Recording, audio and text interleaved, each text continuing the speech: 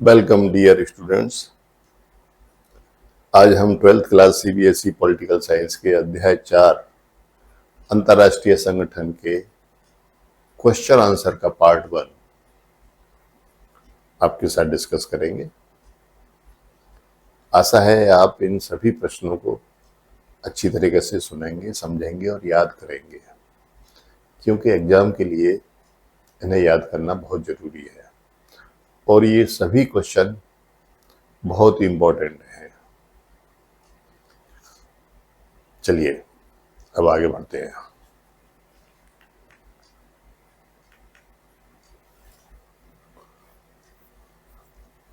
सर्वाधिक महत्वपूर्ण अंतर्राष्ट्रीय संगठन कौन सा है? संयुक्त राष्ट्र संघ विश्व का सर्वाधिक महत्वपूर्ण अंतर्राष्ट्रीय संगठन है। कौन सा? संयुक्त राष्ट्र संघ।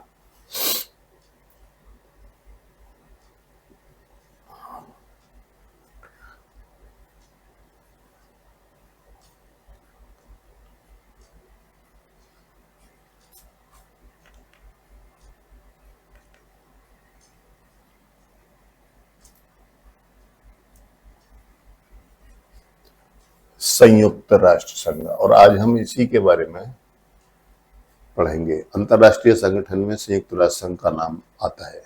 विश्व का सर्वाधिक महत्वपूर्ण अंतर्राष्ट्रीय संगठन है। इस संगठन को यह नाम किसने दिया? किसने इसको संयुक्त राष्ट्र संघ कहा? क्योंकि इससे पहले जो संगठन बना था उसे लीग ऑफ नेशंस कहते थे। इसको संयुक्त राष्ट्र संघ नाम किसने दिया? तो संयुक्त राष्ट्र संघ का नाम अमेरिका के राष्ट्रपति फ्रैंकलिन डी रूजवेल्ट ने दिया। फ्रैंकलिन डी रूजवेल्ट, ये अमेरिका के राष्ट्रपति थे, फ्रैंकलिन डी रूजवेल्ट। संयुक्त राष्ट्र संघ की स्थापना कब हुई? 24 अक्टूबर 1945 को 51 देशों के हस्ताक्षर के बाद संयुक्त राष्ट्र संघ की स्थापना हुई। सबसे पहले इस पर 51 देशों ने हस्ताक्षर किए, उसके बाद संयुक्त राष्ट्र संघ की स्थापना हुई। संयुक्त राष्ट्र संघ का प्रधान कार्यालय कहाँ पर स्थित है? न्यूयॉर्क, यूएसए में, यानी अमेरिका में जो न्यूयॉर्क सिटी है उसमें है। वर्तमान में संयुक्त राष्ट्र संघ की महासभा में कितने राष्ट्र सदस्य हैं? 193 देश सदस्य हैं वर्तमान में। ठीक है।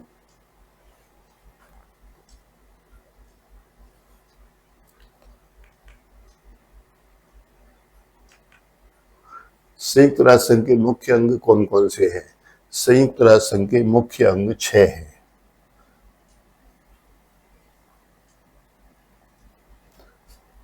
मुख्य अंग 6 हैं। महासभा, सुरक्षा परिषद, न्यास परिषद या ट्रस्टीशिप काउंसिल, सचिवालय, आर्थिक और सामाजिक परिषद और अंतर्राष्ट्रीय न्यायालय। तो 1, 2, 3, 4, 5, 6, तो ये 6 इसके मुख्य अंग है।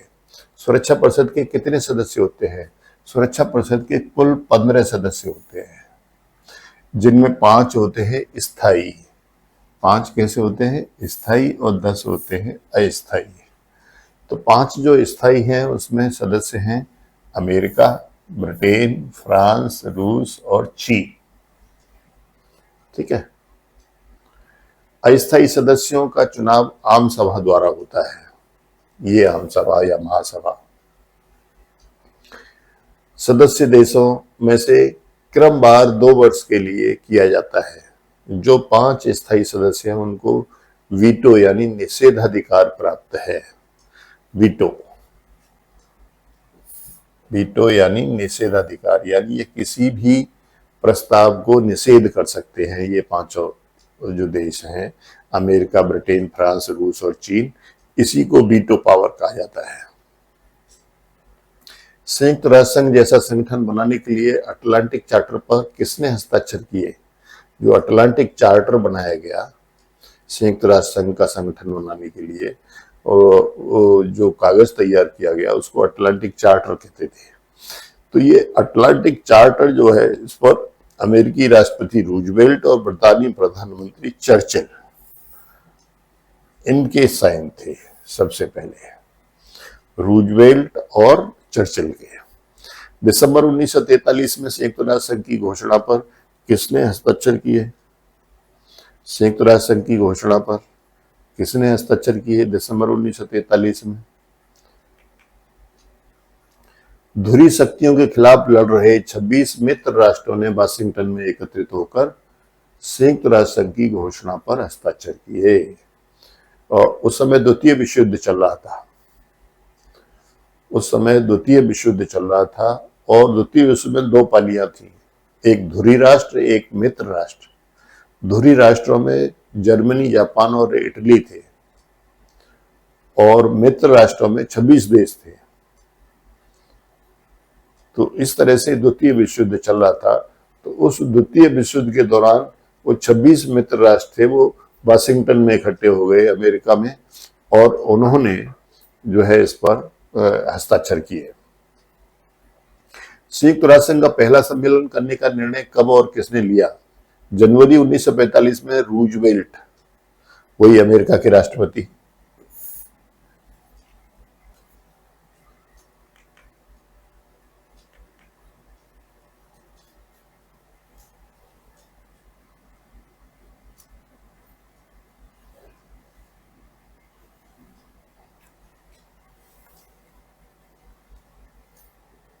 रूजवेल्ट।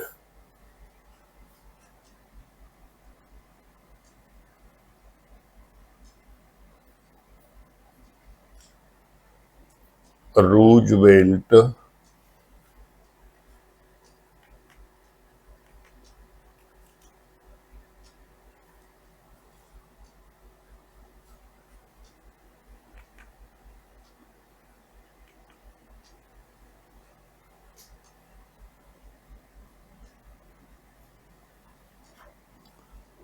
रूजवेल्ट, चर्चिल और स्टालिन। स्टालिन कहाँ के थे? सोवियत संघ के राष्ट्रपति थे।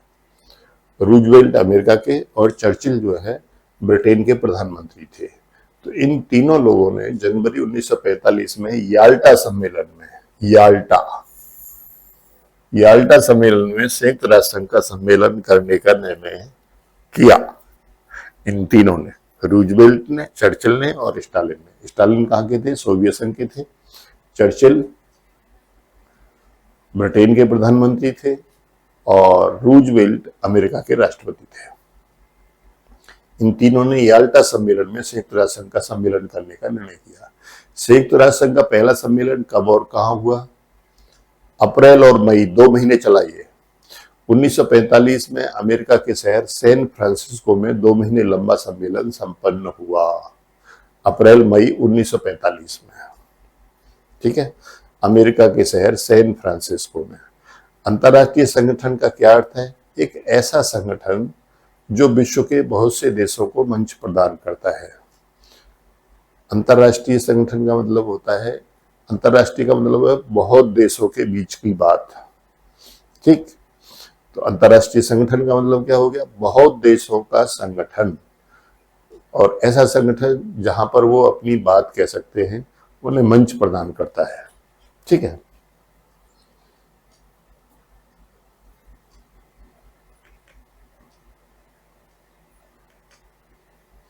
कौन सा संगठन अंतर्राष्ट्रीय शांति एवं सुरक्षा को बनाए रखने पर केंद्रित रहता है?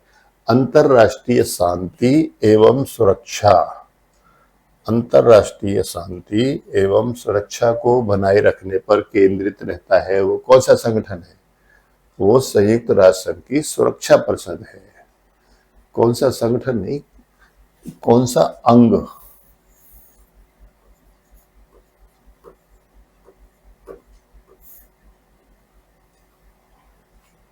तो ये सुरक्षा परिषद है।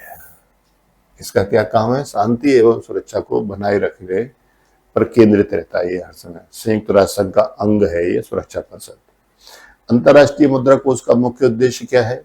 अंतर्राष्ट्रीय मुद्रा कोष, इंटरनेशनल मॉनेटरी फंड यानी IMF का मुख्य उद्देश्य क्या है? विकासशील राष्ट्रों को कर्ज और आर्थिक सहायता उपलब्ध कराना। जो विकासशील राष्ट्र है, दुनिया में विकासशील राष्ट्रों की संख्या ज्यादा है, विकसित राष्ट्र तो बहुत कम है। तो जो विकासशील राष्ट्र है उनको कर्ज और आर्थिक सहायता उपलब्ध कराना, ये IMF का काम है, क्योंकि उन्हें अपने हर एक कार्य के लिए कर्ज की जरूरत होती है। संयुक्त राष्ट्र संघ का मुख्य उद्देश्य क्या है? अंतरराष्ट्रीय झगड़ों का निपटारा करना। संयुक्त राष्ट्र संघ का मुख्य उद्देश्य क्या है? अंतरराष्ट्रीय झगड़ों का निपटारा करना। संयुक्त राष्ट्र संघ के किस अंग की संरचना में सुधार को लेकर सबसे अधिक चर्चाएं चलती हैं? यानी संयुक्त राष्ट्र संघ का वो कौन सा अंग है जिसकी संरचना में सुधार के लिए हर समय चर्चाएं चलती रहती हैं? तो वो है सुरक्षा परिषद। सुरक्षा परिषद की संरचना में सुधार को लेकर हर समय चर्चाएं चलती रहती है। अंतरराष्ट्रीय मुद्रा कोष के सदस्य कितने हैं और क्या वे समान अधिकार रखते हैं? आईएमएफ के 184 सदस्य हैं, लेकिन उनके अधिकार उनके योगदान के हिसाब से हैं कि उन्होंने आईएमएफ में कितना योगदान कर रखा है, उस हिसाब से उनके वोट निर्धारित होते हैं। संयुक्त राष्ट्र संघ किस संगठन का उत्तराधिकारी है? यानी संयुक्त राष्ट्र संघ बना उससे पहले भी कोई अंतरराष्ट्रीय संगठन था।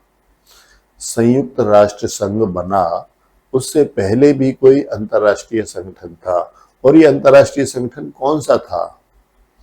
ये अंतरराष्ट्रीय संगठन था लीग ऑफ नेशंस, जो प्रथम विश्व युद्ध के बाद बना था। ठीक है, तो प्रथम विश्व युद्ध के बाद बने लीग ऑफ नेशंस के बाद में संयुक्त राष्ट्र संघ बना, तो संयुक्त राष्ट्र संघ लीग ऑफ नेशंस का उत्तराधिकारी है। संयुक्त राष्ट्र संघ का सबसे अधिक दिखाई देने वाला प्रतिनिधि चेहरा कौन सा है? संयुक्त राष्ट्र संघ का सबसे अधिक दिखाई देने वाला प्रतिनिधि चेहरा कौन सा है? वो संयुक्त राष्ट्र संघ का महासचिव होता है, जो वर्तमान में कौन है? पुर्तगाल के एंटोनियो गुटेरेस हैं। एंटोनियो गुटेरेस वर्तमान में संयुक्त राष्ट्र संघ के जो महासचिव हैं वो एंटोनियो गुटेरेस हैं। संयुक्त राष्ट्र संघ के मूल संस्थापक सदस्य कितने हैं? 51 देश हैं मूल संस्थापक। ठीक है, भारत संयुक्त राष्ट्र संघ में कब शामिल हुआ? 30 अक्टूबर 1945 को। यानी संयुक्त राष्ट्र संघ कब बना? 24 अक्टूबर 1945 को। भारत कब शामिल हुआ? 30 अक्टूबर 1945 को, यानी 6 दिन बाद भारत उसमें शामिल हो गया। संयुक्त राष्ट्र संघ की स्थापना कब हुई और कौन सा दिन संयुक्त राष्ट्र संघ दिवस मनाया जाता है? 24 अक्टूबर 1945 को संयुक्त राष्ट्र संघ की स्थापना हुई एवं 24 अक्टूबर को संयुक्त राष्ट्र दिवस मनाया जाता है। ठीक है भाई साहब, तो संयुक्त राष्ट्र दिवस कब है? 24 अक्टूबर को। संयुक्त राष्ट्र संघ में शामिल हुआ सबसे बाद वाला देश कौन सा है? सूडान संयुक्त राष्ट्र संघ का नया सदस्य है, जो 14 जुलाई 2011 को शामिल हुआ। सूडान सबसे बाद में शामिल हुआ 14 जुलाई 2011 को। सूडान अफ्रीकन देश है। अंतरराष्ट्रीय संगठन की आवश्यकता क्यों महसूस की गई? अंतरराष्ट्रीय संगठन की आवश्यकता क्यों महसूस की गई? संसार को युद्ध के विनाश से बचाने तथा विकास के लिए अंतरराष्ट्रीय संगठनों की आवश्यकता महसूस की गई। संसार को युद्ध के विनाश से बचाने, क्योंकि प्रथम विश्व युद्ध हुआ, उसमें बहुत सारे जनधन हानि हुई। उसके बाद में द्वितीय विश्व युद्ध हुआ, उसमें तो रिकॉर्ड ही तोड़ दिए, 6 लाख से भी ज्यादा लोग मारे गए। तो इतने लोगों के मारे जाने से, इतने जनधन की हानि होने से जो जागरूक लोग थे उनके दिमाग में आया कि भाई ऐसे युद्ध तो टलने चाहिए। तो इसके लिए उन्होंने संगठन की बात की। तो पहले विश्व युद्ध के बाद बना था league of Nations. League of Nations जो है दूसरे विश्व युद्ध को नहीं रोक पाया। ठीक, उसके बाद बना फिर संयुक्त राष्ट्र संघ। तो अंतरराष्ट्रीय संगठन की आवश्यकता क्यों महसूस की जाती है? संसार को युद्ध के विनाश से बचाने तथा विकास के लिए अंतरराष्ट्रीय संगठनों की आवश्यकता महसूस की गई थी। 2 बातें हैं, युद्ध के विनाश से बचाने के लिए और विकास के लिए। अंतरराष्ट्रीय संगठनों की क्या आवश्यकता है? ये सवाल बहुत पूछा जाता है कि अंतरराष्ट्रीय संगठनों की आवश्यकता क्या है, क्यों बनाने चाहिए? तो अंतरराष्ट्रीय विवादों का शांतिपूर्ण हल। जब 2 या 2 से अधिक देशों के बीच में किसी विषय के ऊपर विवाद होता है तो वो बैठ करके आपस में बातें करेंगे। तो बैठ करके बात करने के लिए उनको एक जगह चाहिए, एक मंच चाहिए। जहां वो अपनी अपनी शिकायतें कर सकते हैं, आप उसमें बात कर सकते हैं। इसलिए अंतर्राष्ट्रीय विवादों का शांतिपूर्ण हल किया जा सकता है इसमें। जब अंतर्राष्ट्रीय विवादों का शांतिपूर्ण हल हो जाएगा तो युद्धों की रोकथाम हो जाएगी। विश्व के आर्थिक विकास में भी ये सहायक होते हैं। प्राकृतिक आपदा महामारी से निपटना, जैसे अभी कोरोना हुआ, पूरी दुनिया में छा गया, तो उसके लिए संयुक्त राष्ट्र संघ ने बहुत प्रयास किए। अंतर्राष्ट्रीय सहयोग को बढ़ावा देना, ठीक, अंतर्राष्ट्रीय सहयोग को बढ़ावा देना। जो धनी देश है वो जो कमजोर देश हैं या जो गरीब देश हैं उनकी मदद कर सकते हैं। तो अंतर्राष्ट्रीय सहयोग को बढ़ावा देना और वैश्विक ताप वृद्धि से निपटना, ग्लोबल वार्मिंग। आजकल जो विभिन्न प्रकार की गैसें चल रही हैं, प्रदूषण बहुत ज्यादा हो रहा है, तो उससे पूरी दुनिया में तापमान बढ़ रहा है। तापमान बढ़ने का सबसे बड़ा नुकसान यह है कि ध्रुवों पर जो बर्फ जमी हुई है वो बर्फ पिघलेगी, और वो बर्फ जब पिघलेगी तो समुद्र का लेवल ऊंचा उठेगा, और जब समुद्र का लेवल ऊंचा उठेगा तो किनारे के बहुत सारे शहर, बहुत सारी जमीन जो है समुद्र में डूब जाएगी। इसलिए ग्लोबल वार्मिंग, वैश्विक ताप वृद्धि भी एक बहुत बड़ा खतरा है। तो जब सभी देश एक मंच पर बैठेंगे तो इस पर भी विचार करेंगे, ठीक है। तो इसलिए अंतर्राष्ट्रीय संगठनों की आवश्यकता है। संयुक्त राष्ट्र संघ का कौन सा अंग सबसे शक्तिशाली है? सुरक्षा परिषद, क्योंकि इसके 5 स्थायी सदस्य अमेरिका, रूस, ब्रिटेन, फ्रांस और चीन को हर प्रस्ताव को वीटो करने की शक्ति प्राप्त है, यानी वो हर प्रस्ताव को नकार सकते हैं। इसलिए सभी देश एक तरफ और ये 5 देश वीटो पावर के साथ संयुक्त राष्ट्र संघ के सभी निर्णयों में अपनी प्रमुख भूमिका निभाते हैं, ठीक। यदि सुरक्षा परिषद में 15 सदस्य हैं, 14 सदस्य यदि एक प्रस्ताव पास कर देते हैं और वीटो पावर यानी स्थायी सदस्यों में से कोई भी एक देश उसे नकार देता है तो वो प्रस्ताव पास नहीं होगा।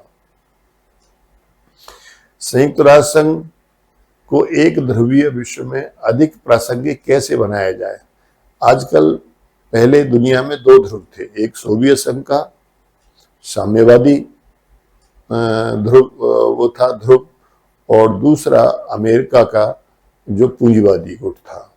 तो ये 2 गुट थे, लेकिन सोवियत संघ का विघटन हो गया।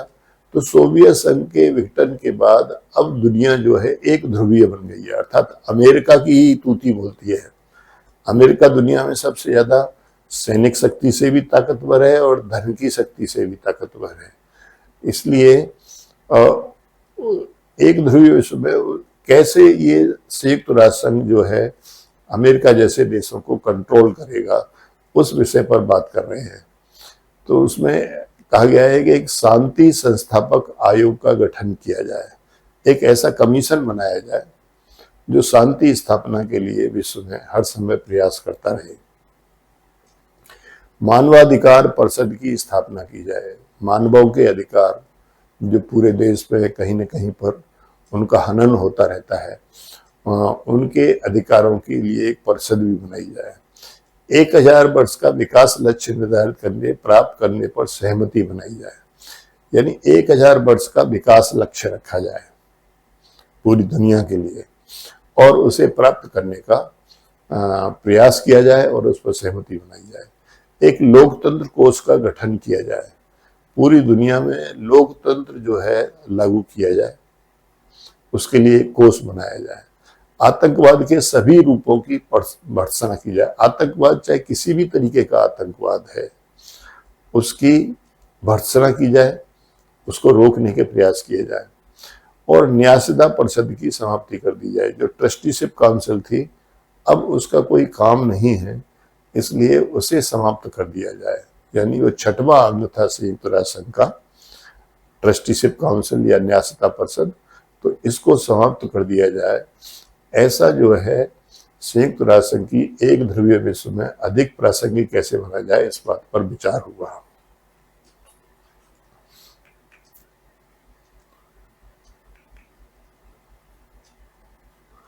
अंतरराष्ट्रीय मुद्रा कोष का क्या उद्देश्य है?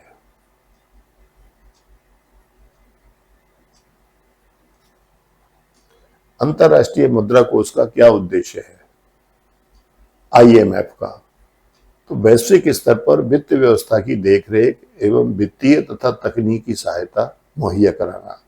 ये वैश्विक स्तर पर वित्त व्यवस्था को देखता है और वित्तीय तथा तकनीकी सहायता मुहैया कराता है उन देशों को जो इसकी इच्छा रखते हैं। विश्व बैंक ने अपने लिए क्या क्या उद्देश्य निर्धारित किए हैं, यानी विश्व बैंक जब बना है तो विश्व बैंक किस क्षेत्र में काम करेगा, क्या क्या काम करेगा? तो मानवीय विकास, जिसमें शिक्षा और स्वास्थ्य, यानी मानव के विकास के लिए हर देश के लिए ये शिक्षा और स्वास्थ्य के लिए कार्य करेगा। कृषि और ग्रामीण विकास, जिसमें सिंचाई और ग्रामीण विकास आते हैं, उसके लिए कार्य करेगा। पर्यावरण सुरक्षा के लिए कार्य करेगा, क्योंकि पर्यावरण से पृथ्वी को और पर्यावरण को बहुत नुकसान है। आधारभूत ढांचा, देशों का जो आधारभूत ढांचा है, जैसे रेल लाइन बननी चाहिए, सड़कें बननी चाहिए, वहाँ बांध बनने चाहिए, तो जिनसे वहाँ पर आवागमन चालू हो, जिससे वहाँ बिजली बनाई जा सके, सिंचाई के लिए पानी रोका जा सके, तो इन आधारभूत ढांचे के लिए भी वो ऋण प्रदान करता है। और दूसरा, सुशासन स्थापित करने के लिए कार्य, यानी जिस देश में वो जो है पैसा दे तो वह देश अपने सुशासन के लिए भी विश्व बैंक से पैसा मांग सकता है।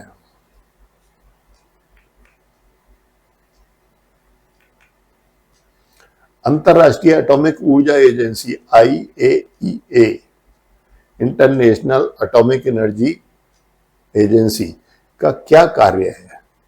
IAEA क्या कार्य करती है? जैसे अभी ईरान ने कहा है कि अब हम IAEA को अपने देश में घुसने नहीं देंगे, ठीक है। तो ये क्या करती है? यह संगठन परमाणु ऊर्जा के शांतिपूर्ण उपयोग को बढ़ावा देने और सैन्य उद्देश्यों में इसके इस्तेमाल को रोकने की कोशिश करता है।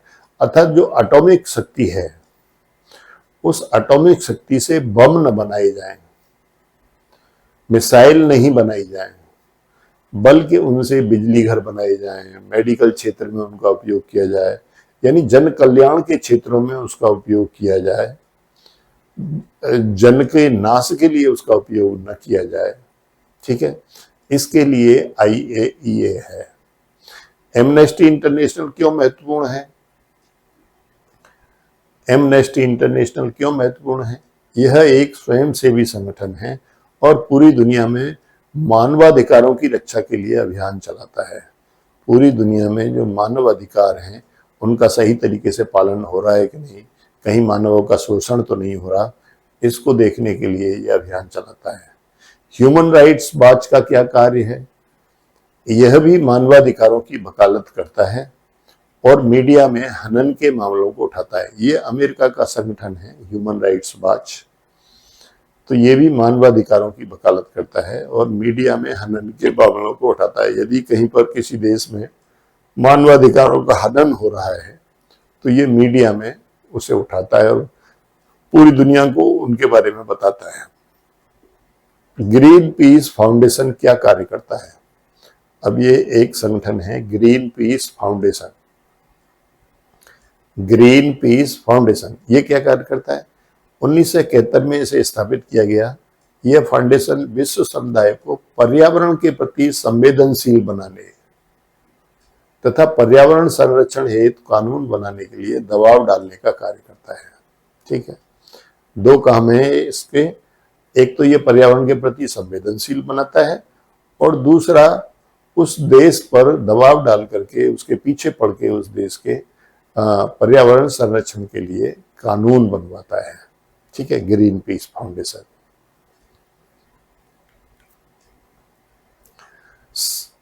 सबसे अधिक मुख्य अंतर्राष्ट्रीय संगठन कौन सा है और लोगों की नजर में इसका क्या महत्व है? आज की दुनिया में संयुक्त राष्ट्र संघ को सबसे महत्वपूर्ण अंतर्राष्ट्रीय संगठन माना जाता है, ठीक है, क्योंकि इतना बड़ा संगठन और कोई नहीं है जिसमें 193 देश सदस्य हों। आज की दुनिया में संयुक्त राष्ट्र संघ को सबसे महत्वपूर्ण अंतर्राष्ट्रीय संगठन माना जाता है। बहुत से लोगों की नजर में संयुक्त राष्ट्र संघ बहुत आवश्यक है, संयुक्त राष्ट्र संघ होना चाहिए, यह बहुत से देशों की इच्छा है। ठीक है, यह मानवता के लिए शांति और विकास करने की आशा का प्रतीक रूप है, क्योंकि इसके दो कार्य हैं। एक तो ये झगड़ा नहीं होने दे, इस तरह का इसका उद्देश्य है। दूसरा ये विकास करे। तो दुनिया में विकास की बहुत बड़ी समस्या है। विकासशील देशों में बहुत गरीबी है, हर क्षेत्र में वहां कोई ढांचा नहीं है। तो ऐसे क्षेत्रों में विकास के लिए संयुक्त राष्ट्र संघ बहुत आवश्यक है। वह देश संयुक्त राष्ट्र संघ की सुरक्षा परिषद का स्थायी और अस्थायी सदस्य बनने की शर्तों के लिए हाल के वर्षों में कौन से प्रस्ताव लाए गए हैं? हाल के वर्षों में सुरक्षा परिषद में सदस्यों की संख्या बढ़ाई जाए, इस तरह की बात चल रही है। क्योंकि जब 51 देश सदस्य थे तब भी 15 सदस्य थे, और आज जब 193 देश सदस्य हैं तब भी वही 15 सदस्य हैं, और स्थायी सदस्य तो वही 5 हैं जो 80 साल से चलते चले आ रहे हैं।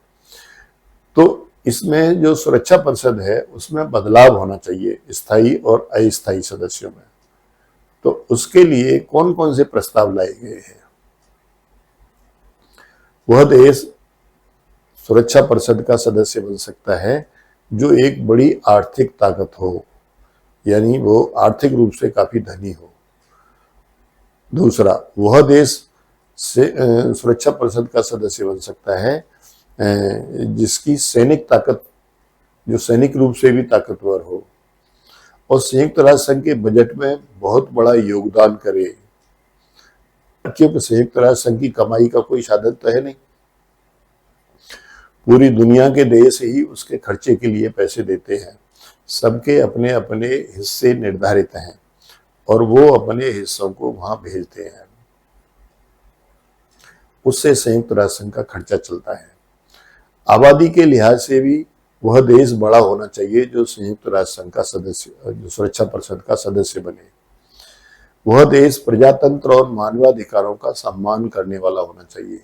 उस देश में प्रजातंत्र होना चाहिए और वो मानवाधिकारों का सम्मान करता हो। उस देश में भौगोलिक, आर्थिक और सांस्कृतिक रूप से विश्व की अधिक विविधताएं होनी चाहिए। वह देश जिसमें बहुत अधिक विविधताएं होंगी, ठीक है, और उन विविधताओं के बावजूद भी वह देश अच्छे तरीके से चल रहा है, तो वो पूरी दुनिया को भी अपने साथ लेकर के चल सकता है, ऐसा माना जाता है। ठीक है, क्योंकि पूरी दुनिया में भी तो विविधताएं होंगी, अलग अलग जाति के, अलग अलग संस्कृति के, अलग अलग विचारधारा के लोग होंगे। तो संयुक्त सुरक्षा परिषद का सदस्य वही देश बने जिस देश के अंदर अनेक विविधताएं हों। कुछ देश सुरक्षा परिषद में भारत की स्थायी सदस्यता बनाने का विरोध क्यों करते हैं? भारत को स्थायी सदस्य बनाने का विरोध क्यों करते हैं? भारत जो है अपना दावा करता है कि हमें सुरक्षा परिषद का स्थायी सदस्य बनाया जाए, ठीक है, लेकिन कुछ देश है कि उसका विरोध करते हैं। तो जो विरोध करते हैं उनके क्या रीजन है? पड़ोसी पाकिस्तान ही नहीं, जिसके साथ भारत के संबंध दिक्कत वाले रहे हैं, वह विरोध करते हैं। एक बात, कुछ देश भारत के परमाणु हथियारों को लेकर के चिंतित हैं, तो ये तो दुनिया में बहुत सारे देशों के पास हैं। कुछ देशों का मानना है कि पाकिस्तान के साथ संबंधों में कठिनाई के कारण भारत के स्थायी सदस्य के रूप में अप्रभावी रहेगा। यानी पाकिस्तान का मसला संयुक्त राष्ट्र संघ में उठता रहता है। तो इससे कुछ देशों को लगता है कि यदि भारत जो है सुरक्षा परिषद का सदस्य बन गया तो वो तो पाकिस्तान के मसले कोई सुलझाता रहेगा, इसलिए पूरी दुनिया के लिए वो अप्रभावी रहेगा। कुछ अन्य देशों का मानना है कि उभरती हुई ताकत के रूप में अन्य देशों जैसे ब्राजील, जर्मनी, जापान, दक्षिण अफ्रीका भारत से ज्यादा उपयुक्त है, क्योंकि उनका कोई विरोध करने वाला नहीं है। भारत के तो विरोध करने वाले बहुत हैं। कुछ देशों का विचार है कि विस्तार के समय अफ्रीका, दक्षिण अमेरिका को जरूर प्रतिनिधित्व मिलना चाहिए, क्योंकि अभी सुरक्षा परिषद में अफ्रीका का कोई देश नहीं है और दक्षिण अमेरिका का भी कोई देश नहीं है। एशिया का तो चीन है। तो कुछ देशों का विचार है कि जब सुरक्षा परिषद का विस्तार किया जाए, यानी उसके सदस्यों की संख्या बढ़ाई जाए, तो अफ्रीका और दक्षिण अमेरिका को जरूर प्रतिनिधित्व मिले। इसलिए भारत का निकट भविष्य में सुरक्षा परिषद का स्थायी सदस्य बन पाना मुश्किल लगता है। ठीक है, क्योंकि ये मुद्दे हैं जिनकी वजह से उसका सुरक्षा परिषद का स्थायी सदस्य बन पाना मुश्किल है।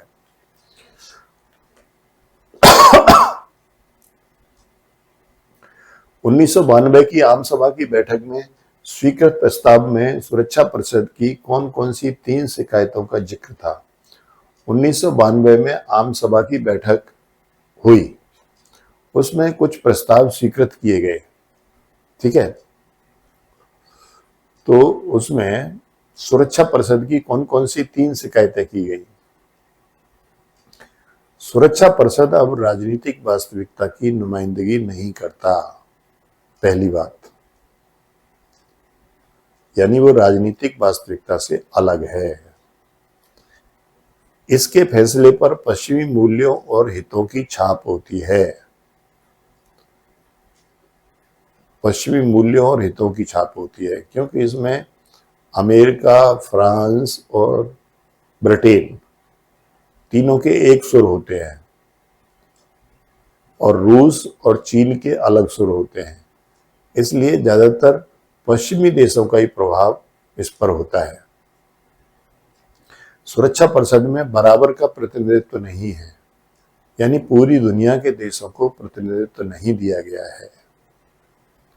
सुरक्षा परिषद के क्या कार्य है? सुरक्षा परिषद क्या कार्य करती है? ये संयुक्त राष्ट्र संघ का सबसे प्रभावी संगठन है।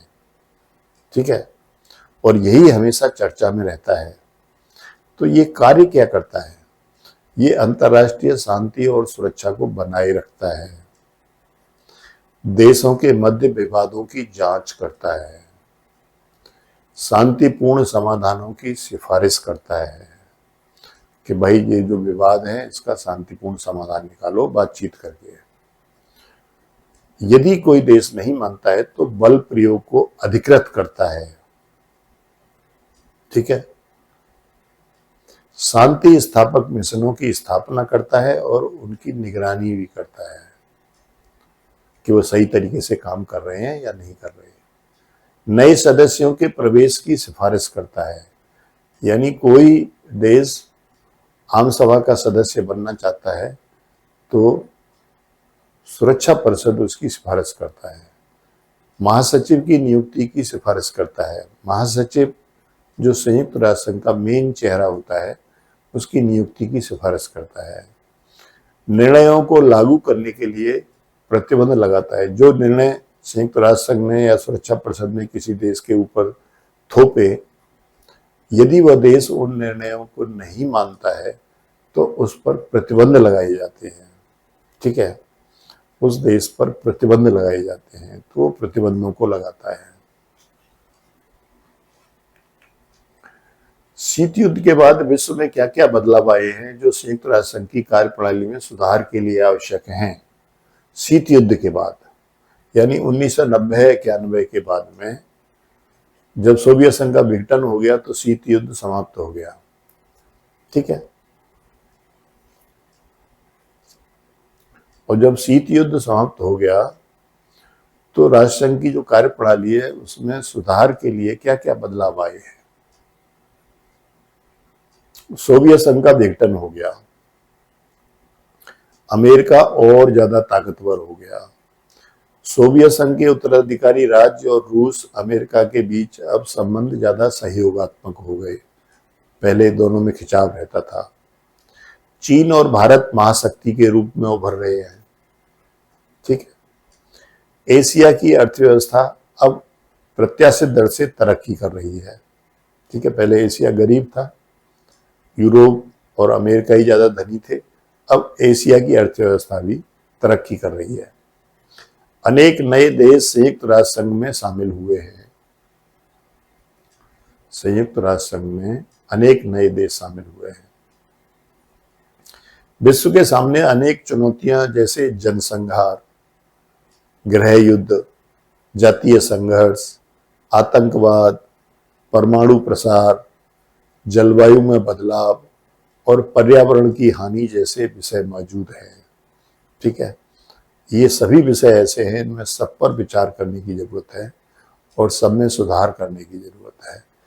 तो संयुक्त राष्ट्र संघ के लिए आज भी बहुत काम है, क्योंकि ये जो विषय हैं, जो चुनौतियां हैं, ये चुनौतियां बहुत बड़ी हैं।